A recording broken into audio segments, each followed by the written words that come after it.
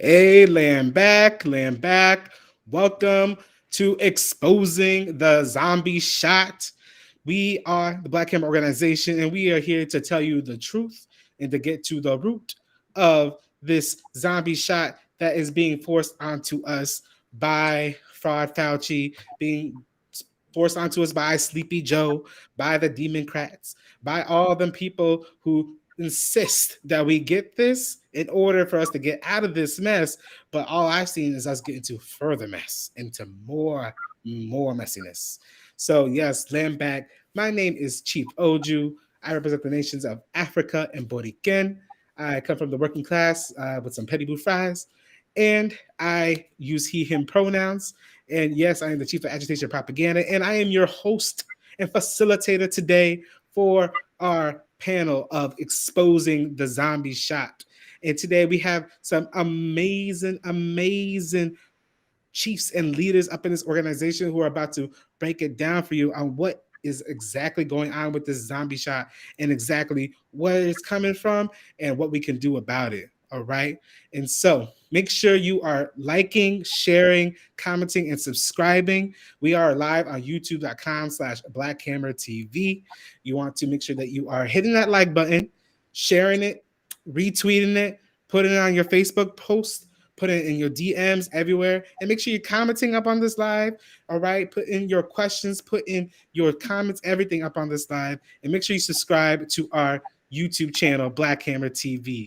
All right, and turn on those notifications because you want to know when we going live about something, whether we're going live about chasing some pig who's hurt our houseless people on the street, or going live about what's going on with the zombie shot. You want to get all the tea, all the information that we got for you here at Black Camera. All right.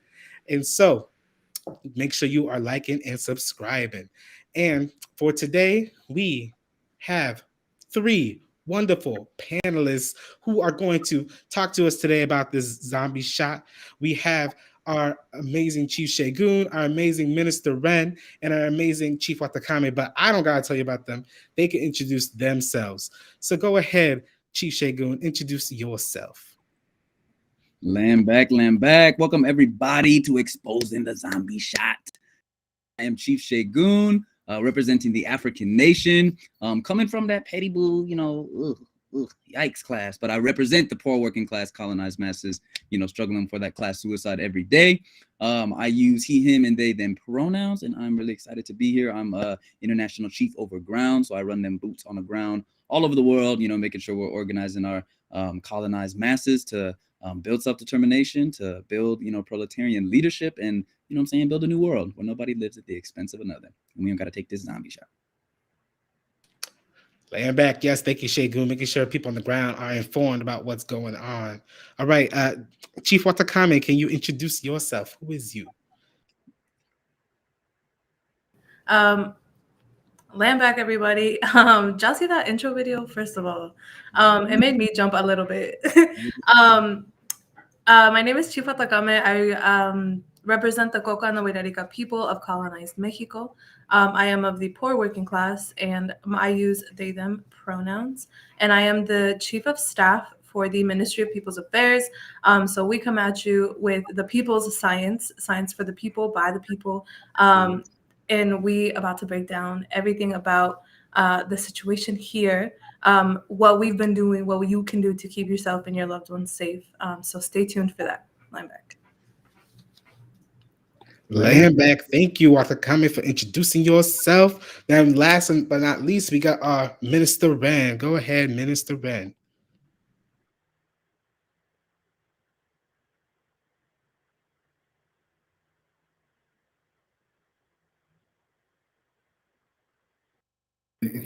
Land back, y'all.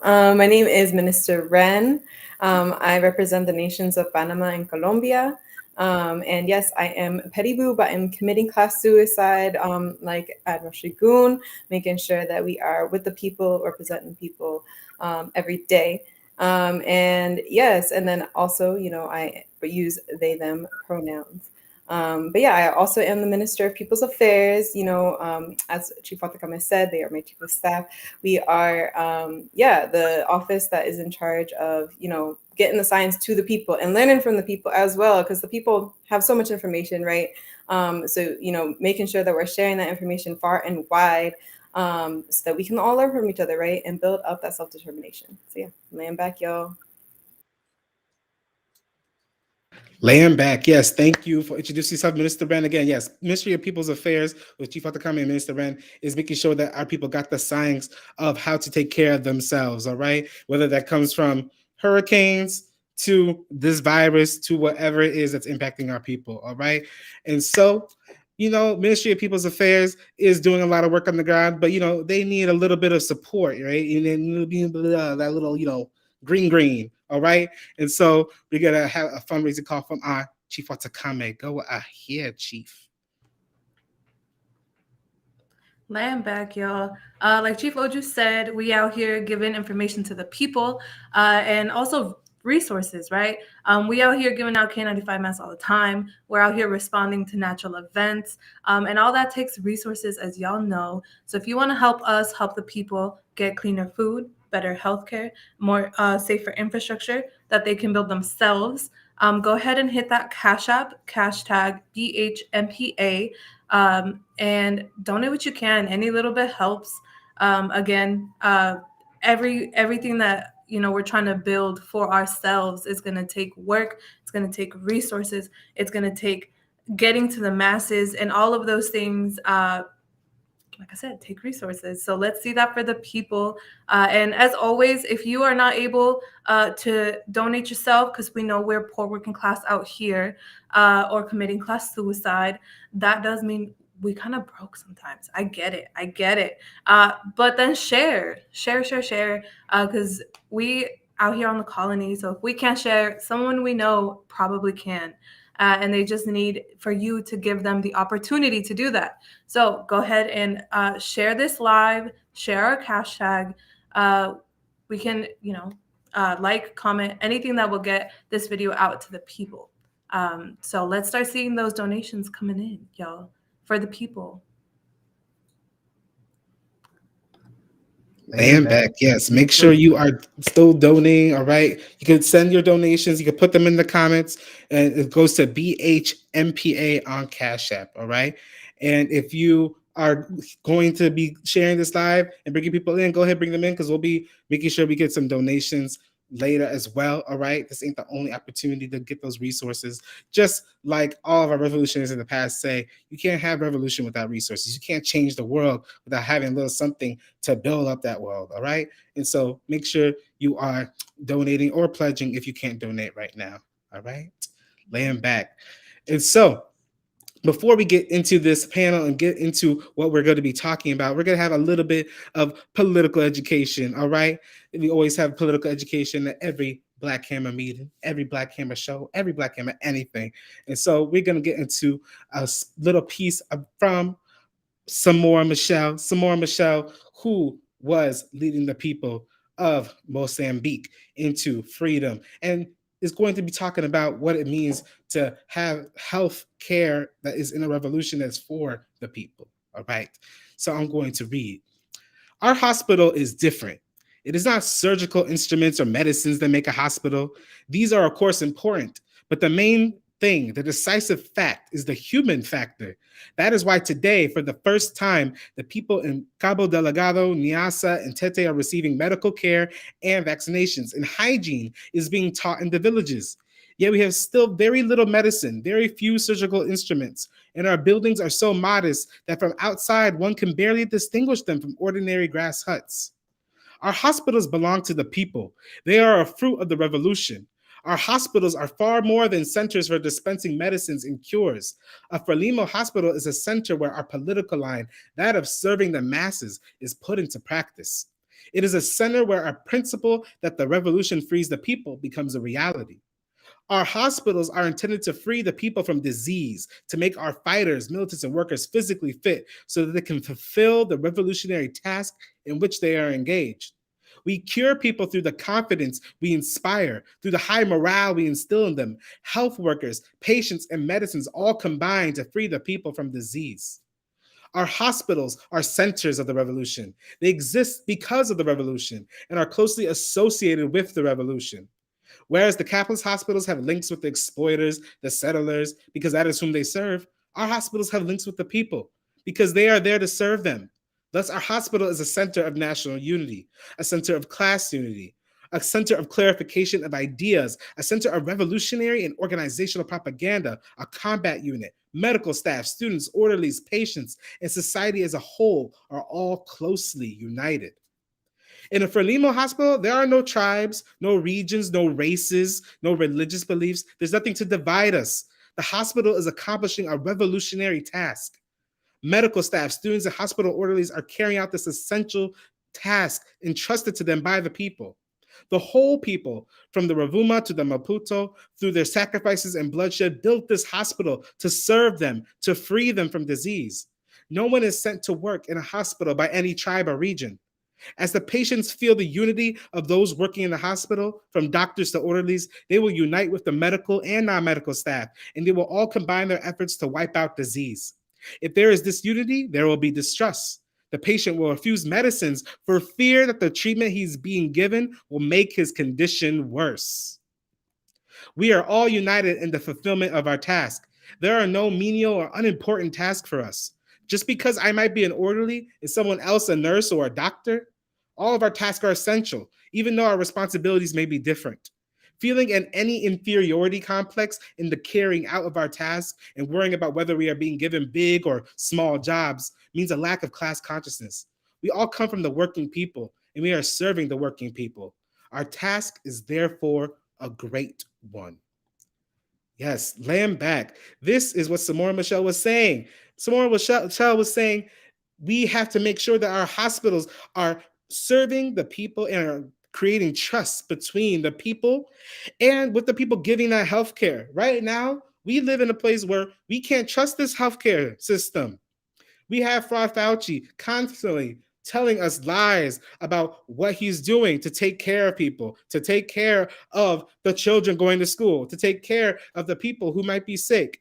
And all of it has only caused us further harm. It's only made our conditions worse. And we are done with having our conditions get worse and worse and worse. What we're trying to do is make sure that we can help each other get the healthcare that we need. You know, the Democrats, Sleepy Joe, none of them have shown us that we can trust them with our health whatsoever. And we know that. We know we can't trust our health to any of them. And so we are going to expose this zombie shot for what it is.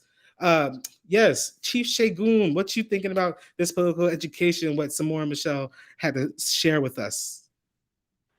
Land back. Yes, salute to our comrade Samora Machel, you know what I mean, for their revolutionary work in Mozambique, really laying the way, you know, as an ancestor of ours, you know, who built revolution with the people and who organized, you know what I mean, the masses to you know, build institutions that serve the people, right? A state apparatus that serves the people. I love what Samora Machel says about the fact, right, when he starts off, right, he says, you know, it's a hospital, and the people's hospital is not just about these medical instruments. It's not just about these machines. It's not just about these buildings, right? You know, the same way, you know, when he talks about revolutionary agriculture, he says, you know, the hoe, you know what I mean, in the hand of the people, under the people's dictatorship, is the same hoe as the, you know, is the same tool, you know, being used under the capitalist exploitative zones, except that it's in the hands of a machine and an organization that is working to serve the people's interests, right? You know, and he says the same thing about arms. He says the same thing about any tool.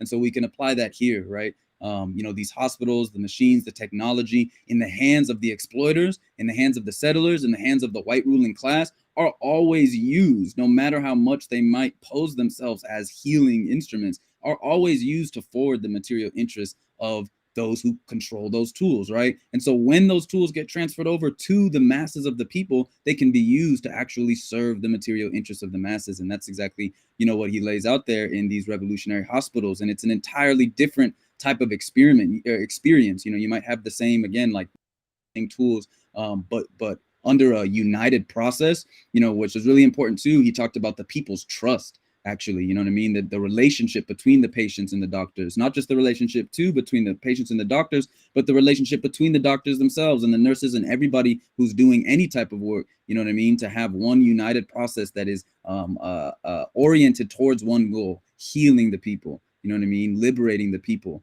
and empowering the people to take, our health into our own hands. That is not present, under white power dictatorship at all. There's not that relationship of trust between us, the colonized masses, and these colonial health institutions, these death care system, as I call it. Not only that, but even themselves running the institutions are divided. You know what I mean? So it's a whole mess, and it's a whole different situation. And so again, salute to Samora and Michelle for laying the way forward for what revolutionary medicine looks like. Land back.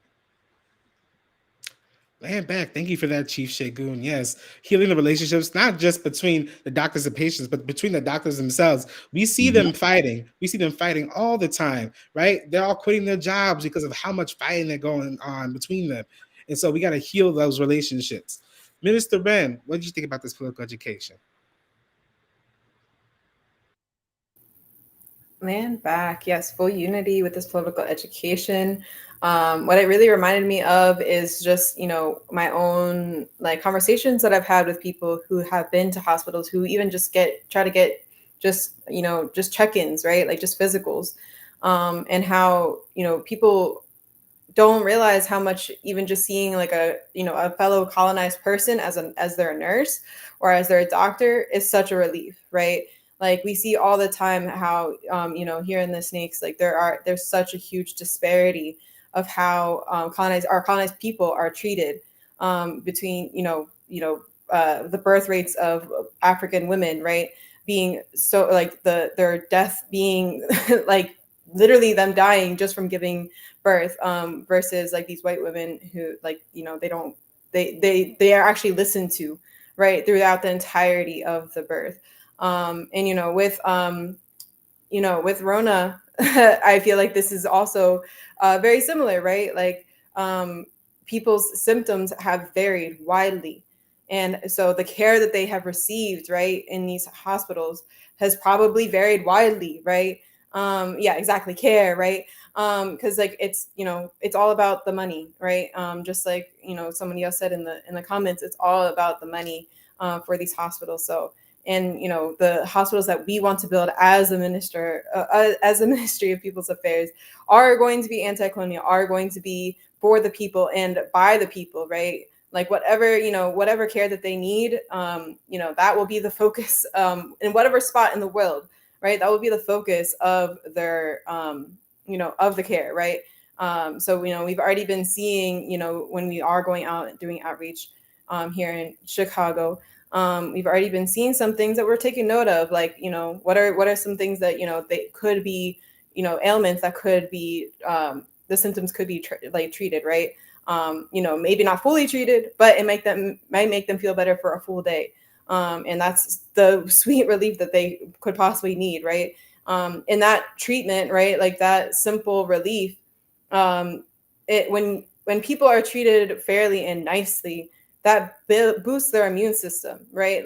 Because it's literally scientific, when you are treated nicely and fairly, it actually helps you heal.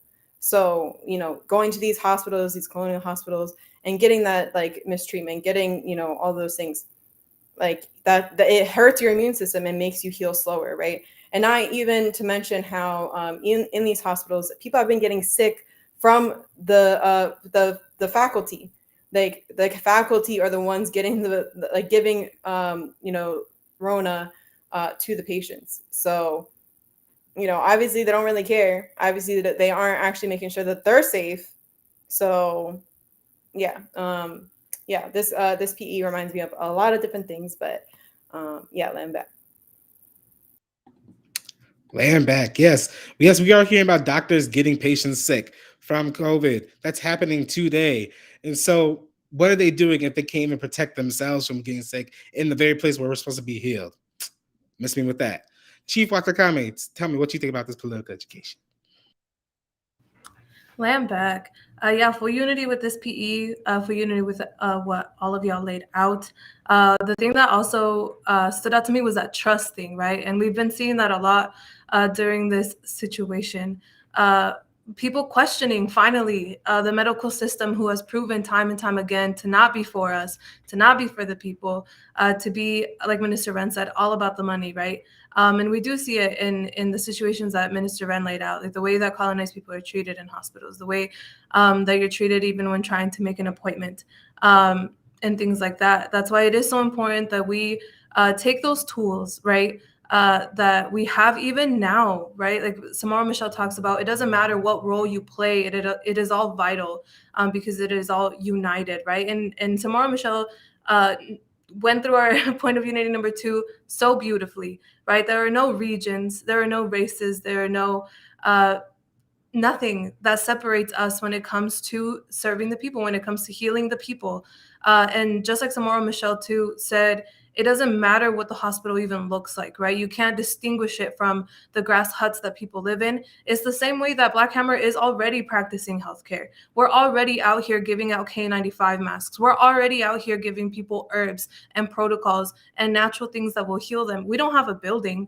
You know, we have a tote bag with supplies, and that is our hospital, an anti-colonial hospital for the people, and that will only keep building, right? We are already doing that work.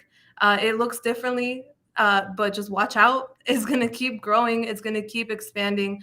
And yeah, it's so beautiful to see and read and learn from our revolutionary ancestors and see, because that's how you know, right? Being dialectical, like that you're moving in the right direction. And yeah, our hospitals are open air and mobile. And that's what the people need right now, because our people everywhere are in need. So yeah, yep, land back.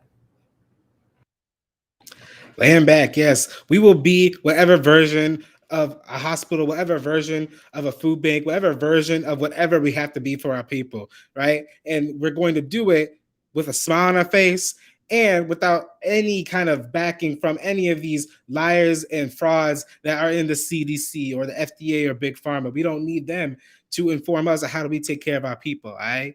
And so, yes, we are going to get into our panel, y'all. Make sure if you have a question about the Boda, or if you got a question about the shot, drop it in the comments right now. We'll have some time at the end for our panelists to answer any of your questions that you might have, but put them in there now so that we can, you know, get to them later. All right. So drop them in the comments, whether you're on YouTube or on Facebook. And so we have 4 questions for our panelists today. We're going to keep it to about 30 seconds to a minute and a half of response, you know, depending on how you feeling about it. If you got some, you know, then go ahead and drop that fire. But, you know, we're going to keep it in that time. All right. And yes, what is our first question? Our first question will go to Minister Wren first. And it is, how are the Rota variants like Omicron or Omarion making the pandemic worse or not? Land back. Go ahead, Minister Wren.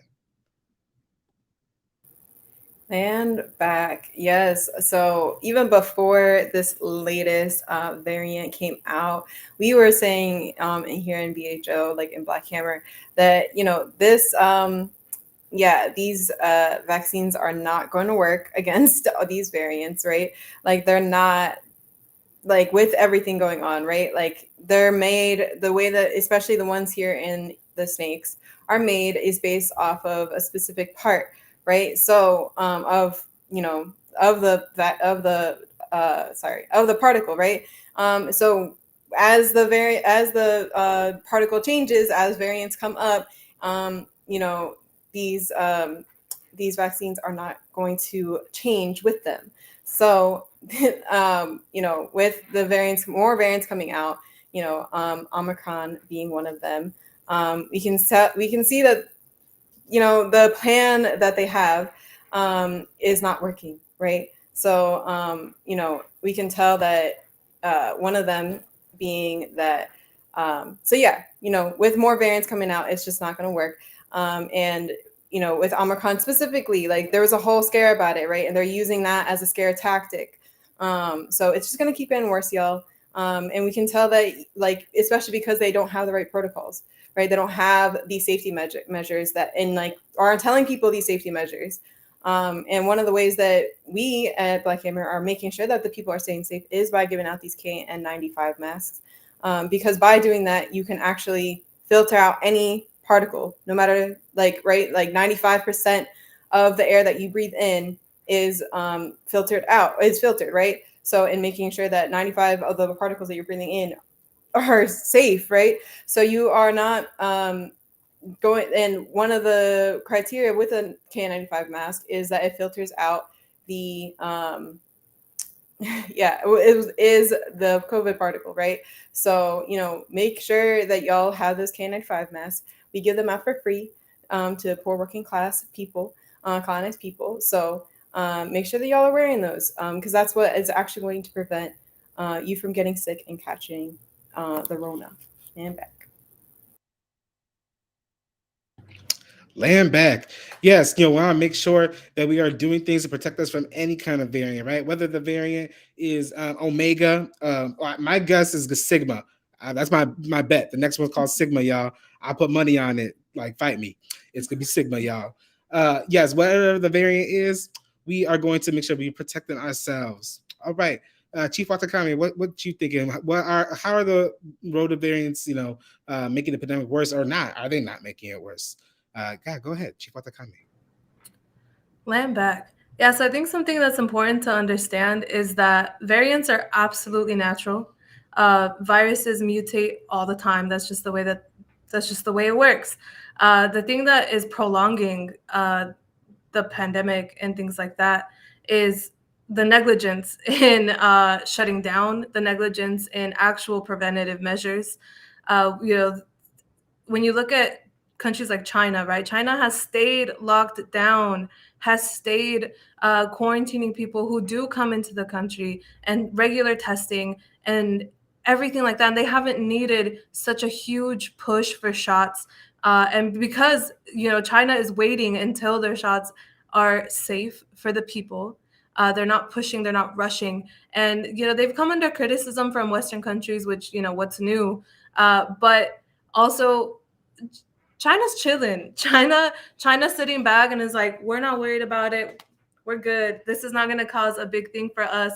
Meanwhile, it was announced and like 4 hours later, all these colonial countries were like, help, what are we going to do? And instead of like following suit for countries like China that has proven to basically end the pandemic, right? Or it's like 0 to little cases, they're instead of following their suit, they are pushing these shots, which, like Minister Ren, have scientifically proven to be less and less effective every time it mutates, just because of the science. They don't even understand the science fully. They out here saying, like I saw a video today of some white lady who was saying that taking these shots, taking the boosters will help you maybe a little bit. Because even though it's a variant, part of it's still the same. So technically speaking, but I don't know about that. Like I said, China did a bunch of studies to see if we opened up right now, we would have X amount of cases per day. And they said that is not acceptable. That is not acceptable for our people. We do not want our people to suffer. We do not want our people to die. Meanwhile, Western countries like the snakes don't care. They want us out working. They want us out shopping. And that's why they're pushing these things that have proven ineffective. And that also allows for more variants that become less and less responsive to the shots to keep happening. So, yeah, that's a quick rundown. Landback. Land back. Yes, right. All these other countries want to pretend like they are going to be doing something that's gonna not protect the people. No, they are trying to kill our people. These countries like Germany, Netherlands, what they call Amsterdam. I don't know the names of these countries. I just know that they are full of people that are not doing no lockdowns, no nothing. And we have countries like China, like this, like the Chief Watakami just talked about, right? That have been doing those measures and people have been protected. Right. Yes, keep on dropping your questions in the comments. We'll get to them later on. And also let us know in the comments if you are Team Omicron or Team Omarion. This variant, we could call it whatever we want because it's gonna become whatever it wants. All right. I'm Team Omarion because Yes, I'm. Yes, I am a 90s child. All right, lay it back. Chief Shagun, let us know. Yeah, well, how are the Rota variants? Making the pandemic worse or not? What are you seeing on the ground? Do people even care about the different kinds of variants that we're seeing out here? Land back. Land back, yes. Timo Marion, just for the record. Okay, Timo Marion. No, I think this is a really good question. And I think it's this whole, new variants thing it's a whole cluster fart like situation. When it comes to like making the pandemic worse or not. I think the way that the dominant white power system wants us to think about the pandemic is in this really like mechanical way of just thinking about like it's just this particle, right? Like impacting the people, right? And they want to completely isolate like our whole society and how it operates and how we respond and relate to this particle to actually assess what is the pandemic and how is it affecting the people and how is it developing, right? Again, you see countries like China or Iran or Cuba, you know what I mean, who have dictatorships, right? And so they're able to mobilize their minds and their science and their technology to respond to these new variants, which are real and developing, like you said, Chief Watakame. That's just like a natural thing in terms of like viruses and how they evolve and develop. Shoot, I lost my thought. Right. Again, are responding to it using the people's dictatorship, right? Quarantining, you know what I mean? Providing the people with KN95 masks, educating the people about what's really going on, you know what I mean? Putting people over profit, surprise, surprise. Whereas, you know what I mean, in these Western countries, which are obviously dominated by, this capitalist, profit-seeking motive, they're not putting people over profits, they're putting profits over people, and that is leading to a situation where the pandemic continues to rage, and people continue to die, people continue to get sick because there's no serious measures being taken, right? I think at the same time, like, right, they're able to, again, to just in the face of this this shot not working, like being a complete and utter failure, on top of just the utter failure in the first place that this these white power nations have shown in their complete mishandling of the pandemic.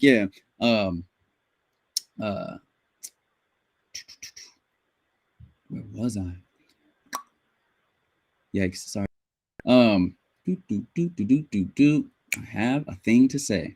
They want to again isolate. What was this? Okay, right. They're able to blame the failure of this shot on, oh well, there's just these new variants and it keeps developing and it's out of control, again ignoring these countries that have clearly like taken control. So on one hand, like, they're able to blame the failure of their shot on the fact that these variants are like developing, at the same time as like the people are still like knowing that this shot doesn't address these new variants, that these new variants are like sweeping the world, still trying to force this shot that isn't working. And then on the other hand, I think it allows these big pharma companies another opportunity to produce more shots that say, well, now we're developing a new shot that's going to address this variant, it's going to have this booster, and new variant, new shot, new, you know what I mean? It's like it's a dream really for these big pharma companies to be able to have a new problem to address, and again, they don't address it in a way that actually solves the problem like we see countries like China and Iran and Cuba doing. It addresses it in a way that simply makes their pockets bigger. So I do think this whole these new variants are making the pandemic worse for those of us living under white power, living under dictatorships of the white ruling class, because they're able to use that opportunity to continue to push these shots, continue to make their profits. But I don't think that it is leading to a situation under people's dictatorship. It's this insurmountable thing that address, as we've seen, they're handling it just fine. So linebacker. Land back. Yes. Thank you, Chief Shagun, for sharing that, right? And we're about to get into that, right? We're about to get into what are these other places doing compared to the United States or compared to other countries, right?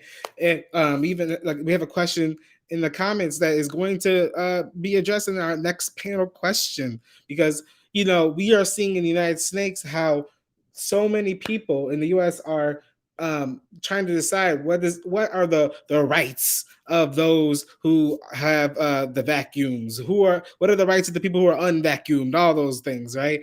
And so let's ask ourselves, how are the responses of anti-colonial nations compared to colonial nations? Or, in general, how are all these nations comparing to each other, right? Because in the end, some things that we might see in Germany, for instance, where they are choosing to quarantine specifically people who don't have the shot. We'll see maybe how does the US respond to something like that, right? And so, yeah, let's get into it. Let's start with you, Chief Watakame. How are the responses of all these countries compared to each other? What have you seen? Land back. To keep it short and simple, colonial countries are putting profit over people, right? Anti-colonial or liberated countries are putting people over profit. That's what it sums down to, no matter what the diverse responses have been, right? For example, like Germany, like the question says, who are only isolating people who have not had the shot. That's still profit over people when you break it down, because we've seen how unresponsive the mutations have been to the shots. So they're still spreading. You can have every booster that's come out and you're still a carrier, and there's still a chance that you're still going to give it to someone else who also has the shots, who also has all the boosters, and will continue the spread, will continue the mutations, and will not end the pandemic, period. You look at countries like China, like Cuba, who are not only taking the appropriate time to develop their shots until they're safe and effective.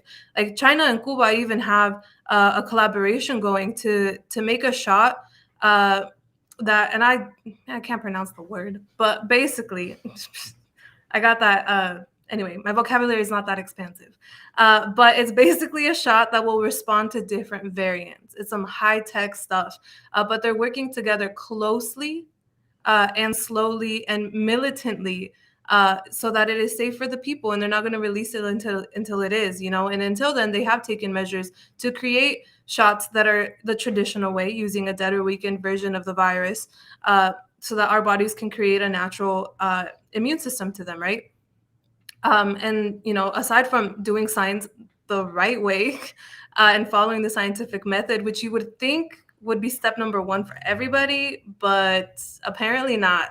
And so aside from that, you also see, like I mentioned, the shutdowns of the entire countries, because it is looking, like Chief Shegun said, looking at the pandemic as a whole system, not just an illness. It's not just an illness. It affects the way we do transportation. It affects the way that we as we've seen with all the shortages, right? It affects the way that we feed each other, the way that we educate our children, the way that we have just relationships with one another. This is affecting everything.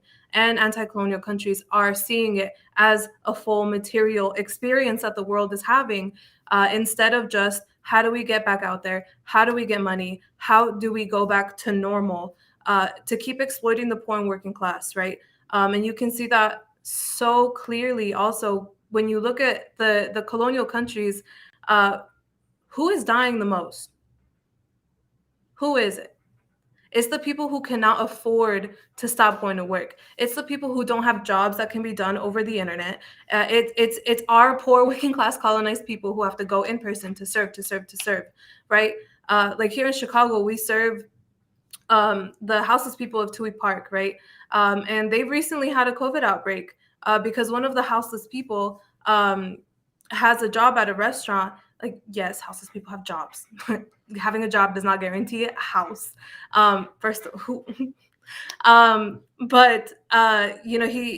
He works day in and day out, serving food to people. And that's how he got infected by these people who do have the shot and therefore are allowed to enter into restaurants, are allowed to enter into public spaces without masks, even if it's a cloth one, it's not appropriate, and therefore are infecting our poor and working class people. So again, just to simplify it again, anti-colonial countries are putting the people over the profit, are putting science for the people instead of profit. And colonial countries, as always, are choosing to steal resources, steal lives for their own profits. Lambert. Woo, came with that fire, right? Yes, right? They are putting them wallets before everything else. We know Big Pharma is greedy. We know, remember when they were raising the price of EpiPens for all of us who are allergic to peanuts, allergic to all kinds of things, and they were trying to sell them EpiPens for $700. You know, they're going to make a buck before we get saved, all right? And so, Chief Segun, what are you saying? What are the differences between different countries? How are they treating this shot and the people who have it and the people who don't? Amen. Land back. Yeah, no, salute Chief Watakame for really laying out that fire. I think, you know, when I think about the difference between colonial or neo-colonial and these anti-colonial countries, in the way that they're handling, you know, you know, pandemic and, you know, the shot and all that kind of stuff, is that these colonial countries are handling it in the most liberal way possible. Like, it's high peak liberalism, right? And liberalism, like at its core, is basically just turning your head away from contradictions, like not wanting to see and analyze and address the root cause of things and just trying to address things on the surface, right? Like, we know even the CDC literally has let, you know, people know, like, yo, when you get this shot, you still actually have to wear a mask, you know, because we do recognize that you still are, you know, transmitting and receiving it. It's just changing the way that your body responds to it, right? Even with that, again, they're allowing, like Chief Watakame said, you know, people who've got the shot to just go about their lives unmasked, like back into, you know, the world, and, you know, reboot the economy and go back to school, because their true interests, you know what I mean, are to maintain the health of colonial capitalism. That is the thing that they're trying to heal. You know what I mean? They're not trying to heal the bodies of the people. They don't give a crap about the poor working class colonized, you know, people who have to go into work and who have to continue to slave away just to put bread on their table, who will continue to get, you know, and are continuing to get, you know, this virus and dying and being hospitalized and, you know, just, you know, being destroyed, you know, by this, you know, genocidal system once again. So, you know, again, yeah, it's liberalism that is at the core of how these colonial countries. Another example too is like these, you know, neo-colonial countries like, you know, occupied Tanzania, you know, in South Africa, where the Omicron, variant, you know, was discovered and announced to the world, right? You know, these you know, leaders, these misleaders, these, you know, sellouts who are running the country, you know, are over here saying, oh, but what, you know, how could these, you know, pretending like they're fighting the power, like, yeah, how could these, you know, countries, these, you know, Western nations, you know, respond to us in this way by trying to say that we can't, you know, come to your countries, da da da da. You know, what you need to be doing is making sure that we get more of it, you know, more of these shots. You know what I mean? They're responding in this just like total neo-colonial way, where they just bow down and say, you know, let us have the same, you know, type of a system that you have. You know what I mean? That again, liberally handles the situation, doesn't actually, you know, address the real facts about the impact of these shots and how they're actually, you know what I mean, keeping people from, you know, getting the virus or not. So that's what we see, right, in these like neo-colonial countries, right, versus these anti-colonial countries that are anti-colonial and have state apparatuses that are, you know, serving the people because they followed, you know, science, because they followed dialectical, you know, historical materialism to get where they are. And so they're continuing to follow that dialectical historical materialism, which is the complete opposite of liberalism, right? It's addressing problems concretely, materially, understanding the complexity of like their, you know, interrelationships, and not just treating it in this simple mechanical way. Oh, there's this particle, and oh, here, take this shot, and it's supposed to get rid of it. And oh, we know it actually, you know, all the things that I said before about how, you know, the shot doesn't even keep you from, you know, passing or transmitting it. But nope, you're fine to just go about, you know, wherever you are. Again, yeah, we see that in Germany, you know, with them targeting, you know, the unshotted, the unshat. Is that a swear word? Land back. But yeah, no, again, we see these anti-colonial countries, again, responding to it in a truly scientific way, responding to the pandemic in a way that understands the whole process and how it's impacting society, responding to it in a way, again, that actually puts people over profits, that isn't just so interested in reopening the economy because they want to reopen the economy. They're asking and doing tests, like, you know, Chief Watakame or Minister Ren said, to see, okay, well, if we did reopen right now, how many people, you know, would be getting this virus? And however many that was, they said that's too many. You know what I mean? The United States doesn't give a crap about that. Germany doesn't give a crap about that. The UK doesn't give a crap about that. Neither does, South Africa, these neo-colonial sellouts, because they don't give a crap. They try to put on this thing of, we're caring about our colonized masses here, and why can't we get the, the same, doses and all this kind of, nonsense. But it's not a genuine, care for the people. If they genuinely cared for the people, they would respond with the same sort of patterns that they're seeing countries that are clearly taking care of the virus in a way that's keeping their people from dying. You know what I mean? But they don't. They care about, being puppets to white power. They care about, you know what I mean? The same things that white power cares about, which is maintaining this status quo system, So, yeah, that's the difference I'm seeing. Liberalism versus science.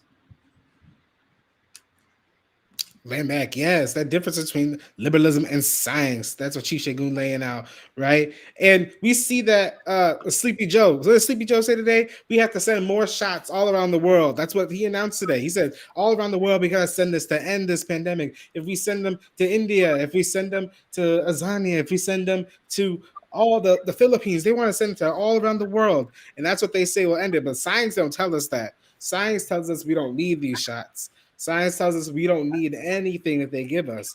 It just says that we need to work to make sure that we take care of each other. So, you know what? These differences show up in all of our parts of our life. You see, even in football, you saw what they did to Aaron Rodgers. You saw how Aaron Rodgers, he can't play no more, and they just suspended the whole Packers. I'm Chicago chapter.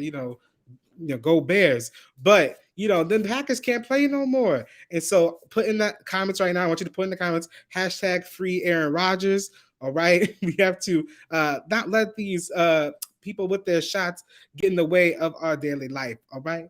Lay back. Now, Minister Ren, tell us, what are the differences you're seeing between these countries and how they're treating the unshat and the ones with the shat? Yes, lay it back. Go ahead, Minister Ren. Land back. Yeah, no, the science really breaks it down, right? And and what the comment said, the responses across nations is very different. But what really breaks it down for me is they in China, right? They have a whole protocol for what happens to people who are flying in, and who is allowed to fly in. And it's a whole 2-week separation. You can't do anything. You're on lockdown for a whole 2 weeks. You're in quarantine, right? For a whole 2 weeks to make sure that you are truly negative. And that has never been the case here.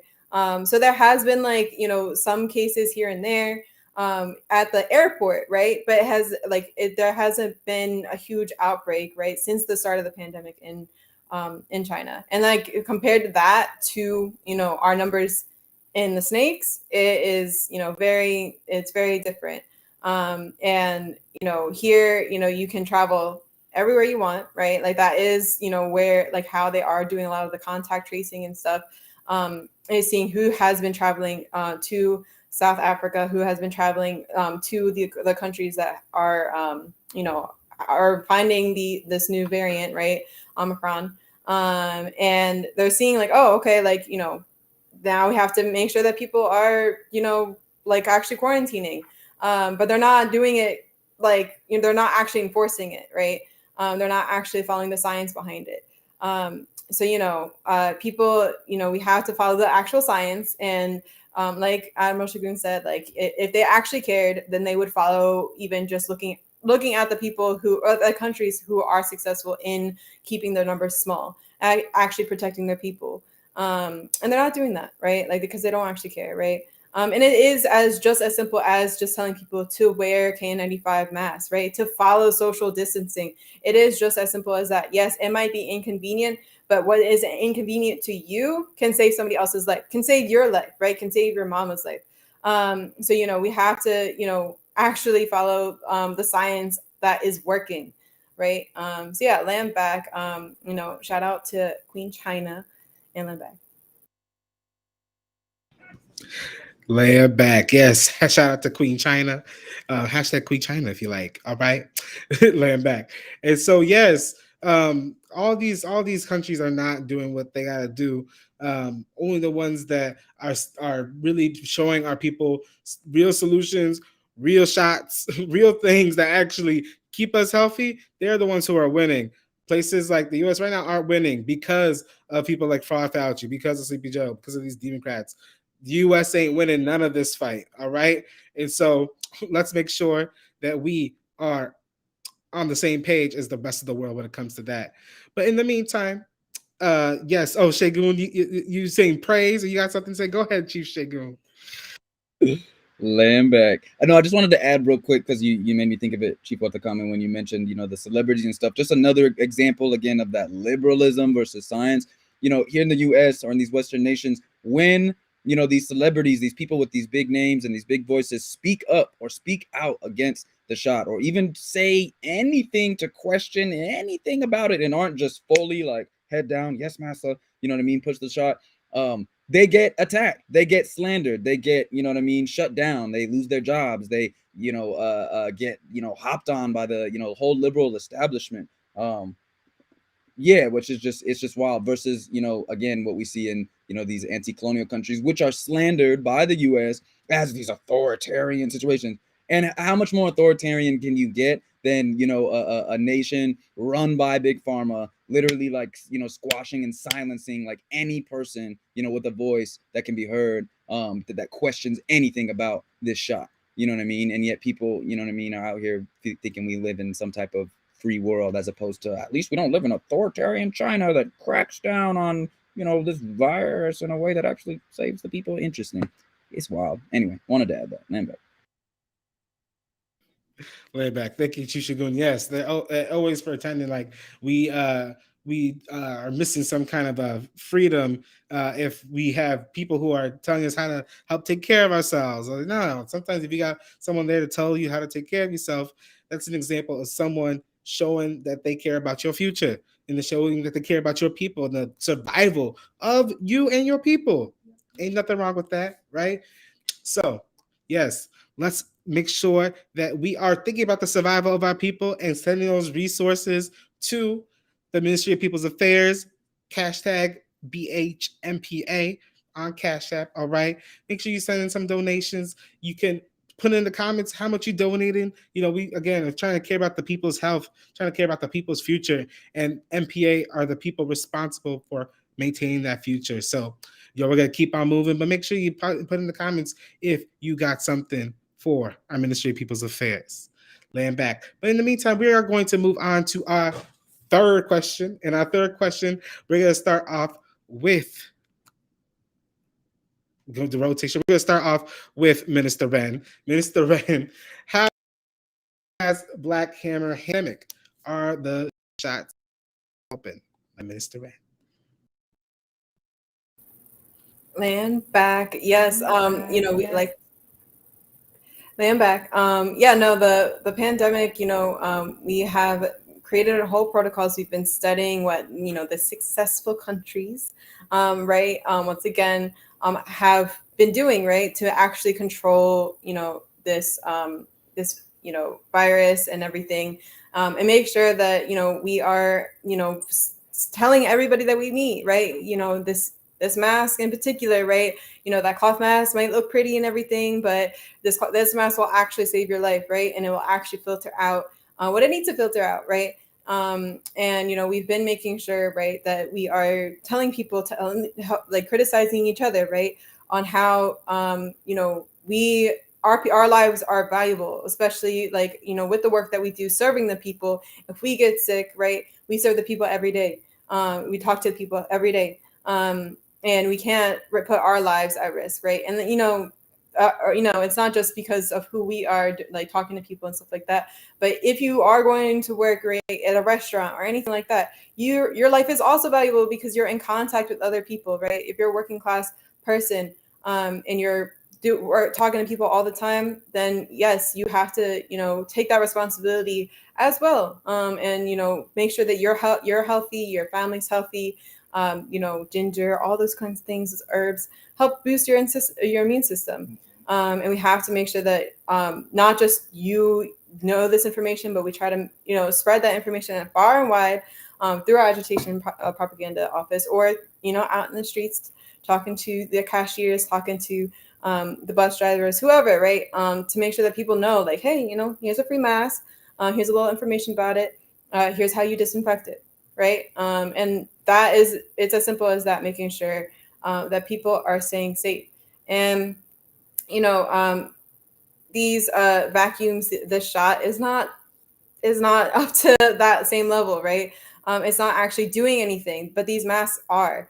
And we have to make sure that people have access to them, because, you know, not everybody can afford one. They're not always easy to find either. Like a lot of those blue ones, people are reusing every day to go to work every day, because that's what they can afford, right? But those only last for 4 hours. So making sure that people have access to a mask that is, you know, one, free, two, reusable, right?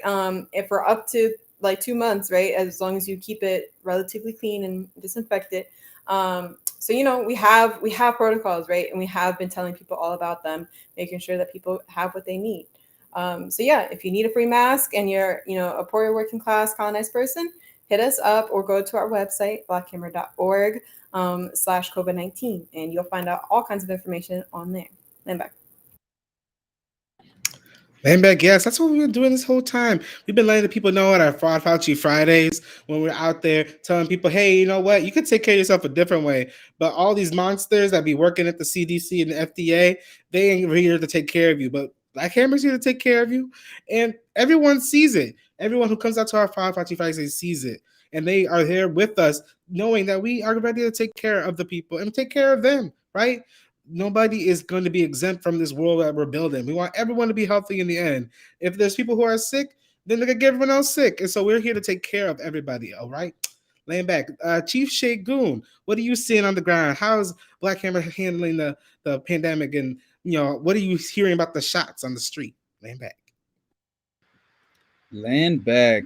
Per usual, Black Hammer is handling the pandemic as we handle any contradiction, in a way that turns negative into positive, right? That turns crisis into solution, that takes the opportunity to organize the people when this system exposes itself for the mess that it is. I think that's honestly the most powerful thing that Black Hammer's done in the midst of this pandemic. You know, I had joined the organization, you know, back in like 2019, but it wasn't until, you know, the pandemic hit. I was a school teacher at the time, and, you know, things shut down and I had to go, you know, home and teach from home. And it was a lot less, you know, I had a lot more time, you know what I mean? And so I was able to delve into the work that Black Hammer was doing, and able to, you know, get a chapter organized and pass out, you know, the K95 mask, and, you know, politically educate the people about, and scientifically educate the people about all of the, you know, research that was coming out of Black Hammer that was, again, being based on the research being done in, you know, anti-colonial countries. But again, I think the most beautiful and like important part of the way that Black Hammer responded was by using this moment of crisis when white power just completely exposed its ASS, you know what I mean, to mobilize the people, to organize the people. I think the mask program was such a powerful way of showing the people that we can get organized, you know what I mean, to serve ourselves. We can get organized to materially respond to the needs of the people, as opposed to, you know what I mean, this white power system, which does not have our people's needs in mind, you know what I mean? And that was, like, I think, really formative for our organization. Again, like, you know, in the midst of this crashing economy and everything shutting down, and you know, people just being indoors, even the way that we, you know, used a lot of, you know, online tools like Zoom and stuff to be, you know, organizing our meetings already. You know, it was you know, a great advantage once this, you know, pandemic hit and so many people were in their homes and on Zoom, that we, you know, were able to continue to organize our people all over the world on the ground to respond. And so really, yeah, like I said, I think that's the most powerful thing, or the most notable thing about how we responded to this pandemic, was like really taking the opportunity to turn this crisis into a moment to politically educate the masses about the complete inadequateness of this white power system, and to show them not only the need for our people to, you know, get organized organically to serve our own interests, but the true like capacity and capability of our people to do that, because we were so impactful and so so impactful with getting our communities educated, protected, you know what I mean, informed, and inspired to get organized all over the world to serve the people. So shout outs to Black Hammer. Laying back. Yes, right. It's amazing what we can do when we come together, right? When we come together, we're capable of outdoing anything our enemies have at us. We're capable of outdoing anything the devil or anybody's going to throw at us, right? Because we are able to finally say, you know what? This ain't going to be for me. You ain't going to make this for me. I'm going to make the choice for what my life is going to be. That's that true freedom, right? Chief Watakame, how else has Black Hammer responded to the virus, to what people have been telling us about the virus? How have we been handling not just the health of the people, but the minds of the people too? Let us know, Chief Watakame. Land back, Chief Oju. Real quick, I do want to give a quick and deep salute to the grounds, because the game has been on point from the beginning. Chief Shegun and Minister Ren laid out our mask program, right? It's been nonstop. Millions of masks at this point have been handed out to poor and working class colonized people, as well as that political education, right? Which is how we handle the war of the mind. Because we get fed all of this misinformation, right? The flip-floppiness of Fauci, and all colonial media and governments, right? The don't wear a mask, but they don't tell us which one. To get to the second part of the question, the shots, right? The shots are going to do this. Actually, not exactly how we thought. Even less. It's all this back and forth, right? And we've been attacking that by just being with the people, right? Talking to the people, giving that information, looking at these anti-colonial countries, and replicating their science, right? Because it's not like people don't want to take care of themselves. It's not like people don't want to know what's the best thing to do for themselves and their children and their loved ones. It's that they don't have the information. And shout out to Agitprop as well, because that's how we do get this out, right? MPA gives the science. Agitprop makes it pretty and presentable to the people, and that is really a powerful tool, because that's how we attack that war of the mind. That's how we let people know that they do have dictatorship as our or that they should, right, as our first principle of unity states, dictatorship over our lives, lands, labor, and resources, right? That they should get to decide how they take care of their bodies, and that doesn't mean that they shouldn't be able to feed themselves, that they shouldn't be able to house their children. And that's what we've been fighting for this Fauci. That's why we've been fighting these mandates and things like that. And yeah, like another thing that we do, which is probably it's hard to tell, but it's one of my favorite things. They're all my favorite things, but is counseling people who do test positive, or when their loved ones test positive. We have a whole guide, a self-care guide, full of natural remedies to help you with the symptoms, right? To kind of get your body through it. So if you do need that, you'll see very soon in a slide how to contact us. And that's been one of my favorite things, right? Is being able to stay up to date with people and their families, and how they get through being sick. And nothing beats that. Nothing beats being able to materially save lives and change lives, and change the way that people take care of themselves. So yeah, like Chief Shegun said, shout out to Black Hammer for giving us this opportunity. I joined already during the pandemic, and I learned a lot. I was already studying, and or at least I thought I was. And then I came in my first meeting, I was like, everything I knew was wrong. And then, like, quickly, our protocols, even learning how long it stays in your hair, how long it stays in your clothes, how long, and it just, all these truly life-saving protocols, is how, and most importantly, getting those out to the people again is what we've been doing and what we're going to continue to do, no matter the obstacles thrown our way. Lembeck. Beautifully said. Yes, it's our body, it's our choice. Don't step on our choices, don't step on our bodies. At the same time, we are going to make sure that people know that this system is always trying to mess with us, and how we should understand how we control our bodies, right? They're always going to come in and say, you know what, we'll take care of you, we got this, but we know that they don't. we know that we do. We got this. And that is a whole another level of thinking, a whole nother level of your mind to know that you got this. All right. And so if you do need some of that information to help you through having COVID-19, let's say you have some of those more severe symptoms, or they're just not as mild as you thought they were going to be, go ahead, email bh-mpa@protonmail.com. All right. And yes, like people said, we saved so many family members. Who has Fauci saved? Who has Sleepy Joe saved?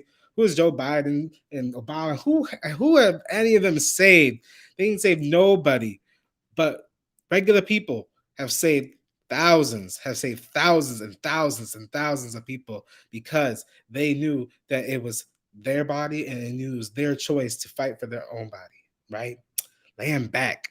All right, so we have one more question. We have one more question for our panelists, and it's a little bit personal. You know, we want to see, because of course, just because you're serving people doesn't mean that you haven't had to think about how Rhoda's affected you, right? So how has your experience, Rhoda, been like? Have you or a loved one tested positive? How did you address that situation?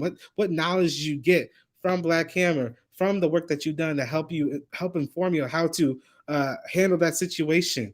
And we're gonna start with Chief Watakame first. All right. So go ahead, Chief Watakame. Land back, putting me on the spot right off. Okay, all right, here we go. No, like you said, it is one thing to serve the masses, right? That comes easily when it's personal. Here we go. Yeah, I mean, right off the bat, at least in the Snakes, or in the state that I was living at the time, the shutdowns started in mid-March. And then late April, I was diagnosed with an autoimmune disease. And I was like, perfect timing, pandemic, let's go. You know, and for those of you who don't know what an autoimmune disease is, it's basically your body's attacking itself. And mine was more of a rare type, where my doctor was like, a flu could take you out. And I was like, ooh, how about a mega one then? You know, and it was very scary because I was working with children. I was still working in person, and where no protocols were done. Like we said, government wasn't giving us anything, right? So that was really scary. But at the time, I was already, or shortly after, I joined Black Hammer. So literally, one of the people that our protocol saved is myself. Because I was able to have that K95 mask. I was able to follow those protocols for me and my family members who, you know, are also high risk for other health contradictions. And I mean, you know, here we are. In remission and blessed. But like I only was able to get to that point because of the protocols that did save my life, right? Because there was a bunch of outbreaks at my job. There was a bunch of outbreaks like within my family, right? And that was personal. And another thing, like my family has luckily been pretty blessed when it comes to it, mostly because I fight them if they don't wear a K95 mask. They know better. They know better than to let me catch them slipping on their protocols. No, but another thing that was like widely misinformed was that children could not get sick, right? Or that children would not get severely sick. And earlier in the pandemic, I lost a 14-year-old student to the virus. And working, you know, with the students, I was working with his siblings, with his best friends. I built a relationship with his parents. Our children, they're taking our children literally, right? Because of misinformation, because they just don't care. And seeing that, and we all know that children are dying, right? But seeing that firsthand, it's hard to describe the feelings of rage. But, you know, something that Black Hammer has also given me through this is the ability to take all of those feelings, to take the fear of, you know, my own situation, to take the rage from losing my student, and channel it to work for the people, to save the next kid, to save the next person who's diagnosed with whatever, to save the person next to me, it just to work for the people. And that's something that you do when you give yourself to the masses, right? That's something that you do when you give yourself to the collective. And when you have a collective like Black Hammer, whose only goal is to liberate poor and working class colonized people, where we don't have to live at the expense of another person, right? Meaning that another person's choices don't affect the way that you live or the way that you choose to live. And that is priceless, right? That is priceless. So, if you want that same feeling of hope, literally, that there's something that you can do, join. That's all. Line back. Land back. Yes, Watakami. Yes. And yes, so many blessings, at one time. And then, of course, there's loss. And at the same, and then what we see as well is that, we're going to keep fighting to prevent that loss in the future. We see what they're doing to our children in these schools. They're forcing this shot onto them, onto now kids as young as 5. And we've seen countries stop their whole distribution of the shot because they've seen myocarditis, the heart inflammation in kids, especially like teenage boys. And so if other countries are seeing that, why are they not stopping this so that they don't let our children die? Is because they are ready to make a check, right? And that is something that we are working against. And we know that you care about, we know that you want to stop as well. And so, yes, if that's something that's happened to you, if that's something that you can relate to, then you have to stand up and fight against it. All right. Minister Ren, tell us, a little bit. How's your experience with Rhoda been like, whether it's helping others through it, whether it's anything personal to you? Let us know. Line back. Land back. Yeah, no, I think for me, one of my aunts was diagnosed in Panama. And when she, told us about it, she was very much like, oh, like, it's not that bad. Like, yeah, I'm tired, but like, it's not that bad. And we don't know, like, they weren't able to like do the, contact tracing because she works as a nurse, right? So she's talking to people who are sick, getting the medicine all the time. And between that and her son and her family, right, also working in a hospital because they need money. And they had just gotten this job and they weren't following, the protocols like my mom had sent them, and I had talked to them about the protocols that Black Hammer has. And that was one of the blessings, right? That is one of the blessings that we, from Black Hammer is we translated all of the protocols into Spanish so that it was accessible to them. And so, for them, they were like, oh, okay. Like, they read through it. And my aunt was following it. It was just her son. Her son was like, no, like, whatever, I'll wear my shoes inside the house. I'll, walk around with my, my clothes that are from the hospital. It's okay, whatever. So, it could have been either one, right? But she was furious, right? And she was so mad that it would like, it took a lot of energy from her. Like, and she would get tired again and have to lay back down. And she would like lose breath, right? So we were worried for a minute, but thankfully she's like recovering. It's been months. She's definitely a long hauler, meaning like her symptoms continue. But she's not, her symptoms have lessened a little bit, right? And with long haulers, there's also a risk of it coming back again, like, maybe not worse, but about the same, right? So, I constantly am checking in on her, making sure that she's good, reminding her and her son, like, hey, you already had to deal with this once. Let's not do it again, right? Because even though, you've gotten the virus once, if it is a different variant, you could get it again, right?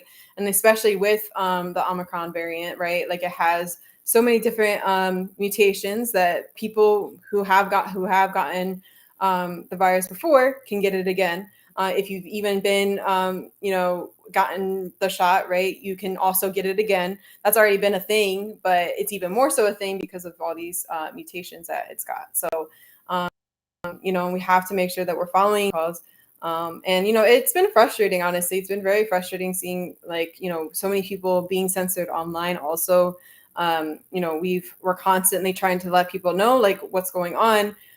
There's whole Facebook groups talking about, hey, my son, myself, my family, whatever experiences after getting vacuumed.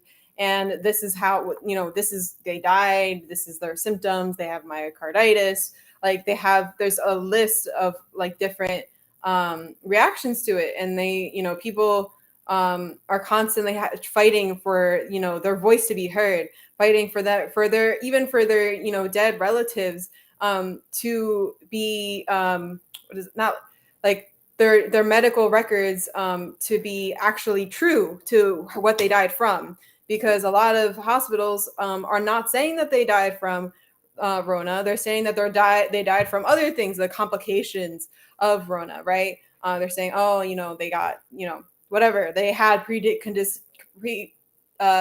forget what the word is. They had other illnesses beforehand, right? And that's what they died from, right? So them even fighting so that their voices can be heard in that way, and then the truth, right, behind their family's death, behind their family's illnesses, you know, can be heard. And it's very frustrating, right? Like especially here in the United States, it's like it's a constant battle with, you know, the different social medias to make sure that people are aware of what's actually happening. Besides, you know, the death count being so low and what is actually happening compared to the count that they actually have, right? Like the truth is just not being exposed throughout this entire pandemic. So yeah, that's been my experience with the pandemic and with Corona. I'm back. Landback, yes, thank you for sharing that story about also our like frontline workers, right? About the people working in the hospitals, about the people who are working to protect our people, right? Every single day, they are going to the hospitals, and these hospitals got nothing for them. They had nothing to keep them safe. Remember when they were wearing trash bags? They were wearing garbage bags to protect themselves. And that's what they had to do because the people who run these hospitals, the people who run these hospitals that also own companies like Pfizer and Moderna, all they do is keep that money for themselves and then leave our nurses, the nurses who take care of us, with garbage bags to wear. And so it makes sense if you're gonna get walked out, if you get mandated to do something. Of course they're gonna walk out, as they should, because every single point during this whole pandemic, their freedom has been encroached on. Their ability to do what they got to do has been encroached on. And so, yes, they should walk out. They should step out as they have been doing. All right, land back. And Chief Shegun, let us know a little bit. How has the pandemic impacted you? Land back. Yeah, I think there's a lot of different ways, you know, to think about, you know, the way that the pandemic has like impacted me. I think on the level of just like the virus itself, and in terms of like being, you know, catching it and, you know, sickness and death and stuff. I've been really blessed. Like a lot of at least my like immediate family hasn't, you know, I haven't had any like, you know, deaths like that. My mom did get the virus for a period and was but wasn't like hospitalized or anything like that, which was really good. I know my some of my siblings have got it as well again and didn't like experience severe symptoms, so that's been, you know, good, but definitely like extended family. I'm Nigerian, so like I got a bunch of aunts and uncles that aren't my aunts and uncles, whatever. But you know, a lot of the elders have you know, have passed, and that's been pretty significant, I think, within the like, you know, Nigerian community that I come from. And it's interesting too, because like a lot of it hasn't been like recognized or acknowledged as like they caught COVID and they died, like, or they caught COVID and they had the vaccine and they still died. It's just kind of like, they're just, you know, they passed, you know, rather than addressing like, yeah, this is a whole crisis going on and like it's not being handled by this government at all, you know. I think again, back to my like immediate family, there's definitely been a lot of like division, I think, you know, like amongst my siblings about, you know, who's taking the pandemic seriously, who's not. You know what I mean? A lot of, you know, feelings hurt about, you know, oh, my brothers and sisters don't want to see me, like, because yeah, you're wilding out, like, you know what I mean? And that, like, you know, stoking tensions that were already present, you know, prior to the pandemic, in terms of, you know, people wanting to see each other or not. But, you know, things like that. But again, nothing, you know, again, not at all to belittle the, like I said, you know, the elders and like the Nigerian community who that's impacted. But in terms of like my immediate family, nothing like, you know, too severe, which I am extremely thankful for. But just like what the Kame said too, as an educator, luckily too, I didn't have any like students pass, but definitely tons of students' families, brothers and sisters, aunts and uncles. It was pretty much like every other day, you know what I mean, that I would come into class and then, a student would be like, yeah, like Mr. My aunt died, or Mr. My grandpa died, or Mr. You know what I mean? People losing their moms and their dads, like, and that's always a crappy thing to, to face. But also, again, thinking about the pandemic and how it's like thinking beyond just like the virus and how it's, made people's bodies sick and all that kind of stuff. Yeah, I think like the fact that the pandemic like affecting my job at school in terms of me like going virtual and everything, and getting way more involved with Black Hammer, getting more organized, having more time to spend, you know what I mean, to serve the people rather than to serve these neo-colonial interests. Like it was a time for me that really exposed how useless it is trying to build revolution in these colonial institutions, and how truly useful it is to build revolution, you know what I mean? And so not to like, be like, great, I'm glad the pandemic happened, that, our organization's grown and like, wow, like, developed as a revolutionary. But again, we turn negatives that are like ugly and gross and contradictions and crises that are ugly and gross into positives. And so, yeah, I'm really thankful for like the development that I've experienced, being in this organization throughout this crisis. But yeah, myself, I've stayed, clear of the Rona, just following the protocols that Black Hammer's laid out. You know what I mean? Wearing my KN95 mask, keeping socially distanced, all that kind of stuff. Y'all know the protocols. Go to blackhammer.org/COVID-19. I believe that's the thing. But yeah, I think pretty much sums it up. Then back. All right, land back. Oh, we got another comment from Chief Wata comment. Go ahead. Lambeck, yeah, Lambeck. I did just want to again emphasize, like, we've all been affected in some way or another, right? Every single person. It's impossible that you haven't been. But I did just want to reiterate the importance of taking all of those experiences and, like Chief Shegun said, making them into blessings, right? Which is something also our CIC said in this last Revolutionary Church. Take everything as a blessing, and you can do that by again redirecting all of that energy, all of that pain, all of that anger into revolution, into building for yourself and for your people, so that they don't have to experience what we have, right? Or what your neighbor has or what your family has. Because that's really the best way even to honor the people that we have lost, right? Is to keep fighting for them in an anti-colonial way. Because that's the only way that they're gonna get any justice, any fairness. So I did just want to reiterate that, like, find an organization like Black Hammer. Black Hammer. I heard it from a bird somewhere. That Black Hammer, you can sign up online or something to again redirect that energy into saving literal lives. So that was my last comment. Layer back. Yes. Take everything as a blessing, because it is a lesson for the future, right? Everything is a lesson for us to do a different choice, to make a different decision that can take us on a path that is away from the one that we suffered on. And that is what we're trying to do here at Black Hammer. That's what we have done. And yes, I remember when I had the Rota before they called it the Rota, or at least then they said there was only 2 cases up in the country. And yes, I took that experience, and how I used it is to make sure that my family was taken care of. And I learned that information after joining Black Hammer. I made sure I got everyone KN95 masks. Everyone was learning how to disinfect it. I had auntie buying the UV light disinfect box. I was like, wow, okay, that's how we doing it now. And yes, and that has really helped my family, and like it's been a blessing. I haven't lost anyone in my family yet, and so it's like this information. Yes, take it, use it. It's for you. It's for you to use. And yeah, you have control over your life and your body. Go ahead and use that control. Laying back. So yes, make sure you are donating again to BHMPA on Cash App. All right. Make sure that you are giving them resources to help us get them masks out to the people, to help us get the information out, to help us expose Fraud Fauci, to help us expose everything that they have told us, all those lies that they've told us. Because in the end, we've been using the truth to survive. And look at us now, not just surviving, but thriving. All right. Laying back.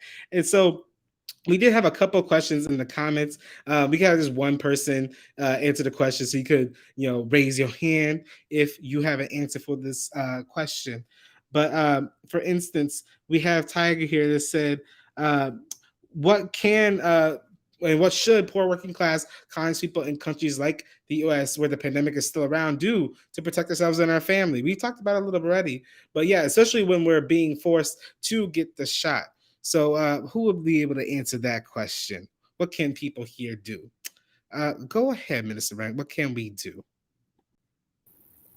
Land back. I think step number one, especially if you are forced to take, the shot, these jobs, right? Like you have to take it in order to, if you're working, right? A lot of jobs are doing that. Is really just talking to your family about it, making sure that you are checking in, right? As much as possible. You can check in with us as well at BH-MPA so that we can help you boost up your immune system beforehand and make sure that we're walking yourself through. Another way to do, to make sure that you're not going to have a complete negative effect or a complete terrible time with the side effects of getting the shot, is making sure as well that you're negative for a long period of time before taking it. Because we've seen a few times, like multiple times, a lot of people are testing positive and then taking it right afterwards. About 3 months, you have to be negative for 3 months before you can you should be taking the shot. So those are just a few quick tips, but if you need any more, make sure to hit BH-MPA and we'll make sure to get you some more so that you can recover safely and all of that good stuff. Land back. Land back. Thank you for that, Minister Wren. We also have this question from QC. Also, why do these supposed shots and treatments from the U.S. try to push us even more mutations onto the virus, trying to stop them from replicating when viruses naturally adapt to their environment? So essentially, why are they pushing these shots on us if the virus is going to naturally replicate and mutate? Why are they trying to create new shots for new variants? Does that actually even work? Who can speak on that? We got another MPA. Go ahead, Chief Watakami. We gonna nerd out with these questions. Now, Lamback, this is a great question. Like we kind of laid out throughout the panel, they're pushing it because they don't care, and even if they do understand science, they don't care about it enough to put that before the people. They're trying to push. I'm sorry, I'm a little bit trying to reread the question, but like for example with this Omicron variant, right, they're pushing more funding into a different vaccine for this specific one, and they're mostly doing that because of how many mutations it has, because it's so different, and they're even acknowledging that these shots are going to do even less against it, so that's why, right? But again, that's completely ineffective because, as we already stated, viruses will keep mutating. Like you said, they will keep adapting, right? Like, I don't know if y'all remember, I mean, it's still going on, but it's the same thing with like antibiotics, right? The superbugs that are going to be happening because people don't take the full dose of antibiotics or whatever. It's the same type of deal. Viruses are going to mutate. They're going to keep doing that. And unless we have complete protocols and completely safe ways of dealing with this pandemic, it's not going to stop. So they're pushing it because they don't care. They're pushing it because they want to keep making money, is the simple answer. Lambeck. They pushing it because they don't care. Got that right, Chief Watakami. And then last question, and I would like Chief Shegun to answer this one. Mountains are H-word said, what do you think about countries like Germany selectively locking down the unshot? What do you think about them drawing these lines between our people? Go ahead, Chief Shegun. Lambeck, yeah, I think as it was said before, like it makes no sense when, again, we know that getting the shot doesn't keep you from actually catching or spreading, you know what I mean, this virus. and they're allowing people, you know what I mean, who've got the shot, to just go about their lives unmasked, spreading it all over the place. And so it doesn't really make any sense to target, you know what I mean, the unvaccinated, the unshot. I'm self-critical. When again, those who are unshat might be and are like us, making sure to, follow actual protocols, wear a K95 mask, stay socially distanced, sanitize, all that kind of stuff to actually keep this, virus from spreading, as opposed to, again, people who have, got the shot, not doing any of those things. So it's part of, this whole, white power, agenda, the white power agenda, to make this, to draw this dividing line between the shot versus the unshat, and to make it seem like that's the dividing, line, that the people, the problem is these people who don't have the shot, and the people who are following the rules and getting the shot are part of the solution, and you're part of the problem. You know what I mean? And as this crisis deepens and deepens, because these white power colonial countries are just completely mishandling this this whole pandemic, they're going to be able to point the finger at the wrong enemy. You know what I mean? And so Black Hammer's been really keen on the masses. No, this is not about shot versus unshot. This is about what I mean, people, even there, like we've said, whether or not you got the shot, like we're trying to unite people under the shared agreement that we should have a choice about whether or not we get this shot or not. And that shouldn't lead to us being targeted, by these white power governments to be isolated and attacked as if they're attacking the problem, like we're the problem. And it's like, nah, y'all continue to do your liberal BS, and completely evade the actual contradiction, and try to pin it onto ordinary people. And it's also just to, I know I'm going on a little long, but we know that a lot of people who don't have the shot are poor, working class, colonized masses who don't trust this system for crap. So it's just another way to attack colonized people, starting in Germany, and we'll see it spread, I'm sure, all over the place. We're gonna see it spread unless the people rise up, unless the people stand up against it, unless you stand up against it. All right, because yes, they are trying to draw these lines, and we don't draw these lines here at Black Hammer. No, we don't draw these lines because we know we have to unite to defeat the people who even have the power to lock up some of us and keep the rest of us free. What are we doing if we're not fighting for our freedom? And that's what you have to be doing. So either you join Black Hammer or you join us in just saying no to these powerful governments that are trying to lock us down. No, we ain't about that. Like, laying back. And so, yes, thank you to our panelists. Thank you to Chief Shegun, Minister Ren, Chief Watakame for laying out what exactly is this zombie shot, exposing the zombie shot, exposing how it is our body and our choice. Ain't nobody going to make that choice for us. And so I'm going to give a call out for you to join Black Hammer and join the Ministry of People's Affairs. That they are the ones who are responsible for making sure our people are taken care of. And so if you want to help take care of the people, go ahead, join Black Hammer at blackhammer.org/join. And if you want to contact the Ministry of People's Affairs with your questions about the shot, your questions, are you turning into a zombie? And you want to make sure that you are not, you could already email bh-mpa@protonmail.com. All right, so go ahead and email and join. I want to thank again our panelists for exposing the zombie shot. Y'all have a good rest of your day, and land back. Land back.